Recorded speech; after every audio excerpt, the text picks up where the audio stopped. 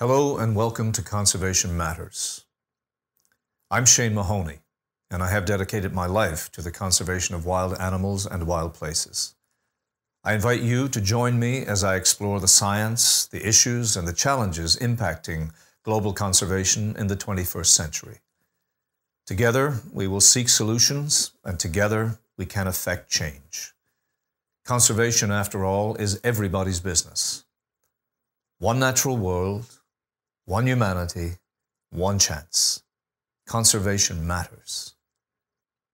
To learn more, please visit conservationvisions.com. Thanks for listening. Cecil trophy hunting and other words that matter. More than a year has passed since the killing of a Tanzanian lion made headlines around the world. And yet, it is still possible to engage in tense discussions by simply mentioning the word Cecil. Despite numerous wars and natural catastrophes that have, in the intervening time, brought death and misery to countless millions of human beings, the public conscience remains alert to any mention of this one magnificent animal. Other important stories may be forgotten in our soundbite world, but not this one. Cecil has been transformed from animal to symbol, his name a touchstone for human emotion and empathy towards wildlife, and a rallying cry for those opposed to hunting. Seemingly never before has the word Cecil mattered so much to so many.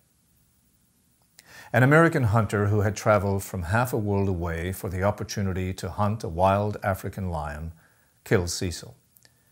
Though he possessed a legal permit to do so, he did not intend to eat the lion, and he was not protecting himself or his personal property. What he sought was the experience of hunting a dangerous animal in a distant environment, and would certainly have wanted to bring back the pelt and skull of the animal and likely display these specimens in his home. In earlier times, he might have been called a safari hunter, but in today's world, he is called a trophy hunter. And like the word Cecil, it is pretty easy to stir up a hornet's nest of debate with the term trophy hunter. No one involved in hunting today can ignore the influence the word trophy exerts on the public debate over sustainable use of wildlife. For many, it has obviously come to represent a dividing line, either as evidence that all hunting is abhorrent, or that any hunting not directed at the procurement of food is unacceptable.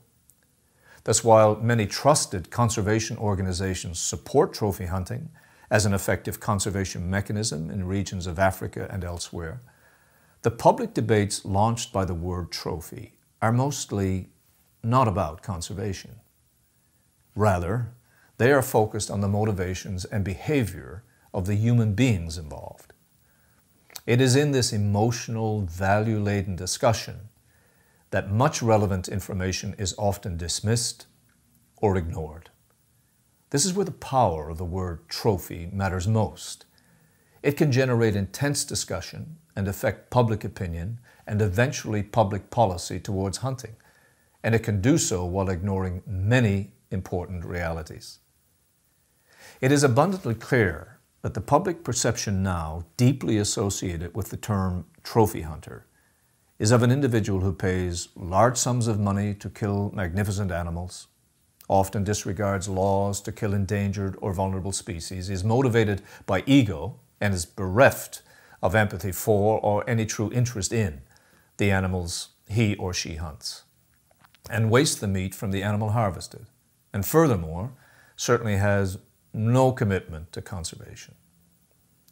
As the hunting community and others rightfully point out, such characterizations are very often inaccurate and unfair, and they point to the conservation and human livelihoods benefits that trophy hunting is recognized for providing.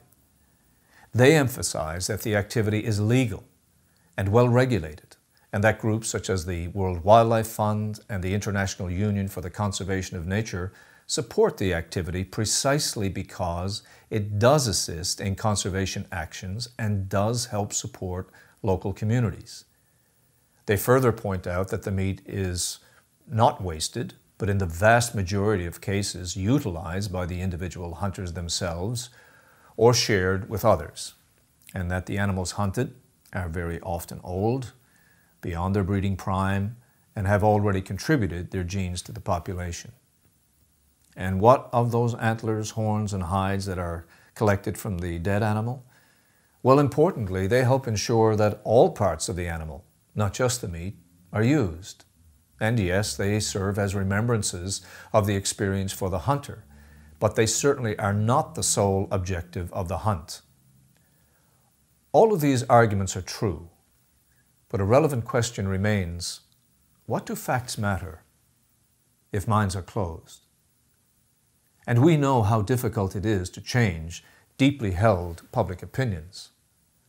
I think we all agree the hunting community, now more than ever, needs to choose its words carefully. It needs to resist spending so much energy and time convincing itself of its good intentions and begin communicating effectively to the broader public. Now, some would say this has been recognized for some time. Well, perhaps it's time to get on with the job.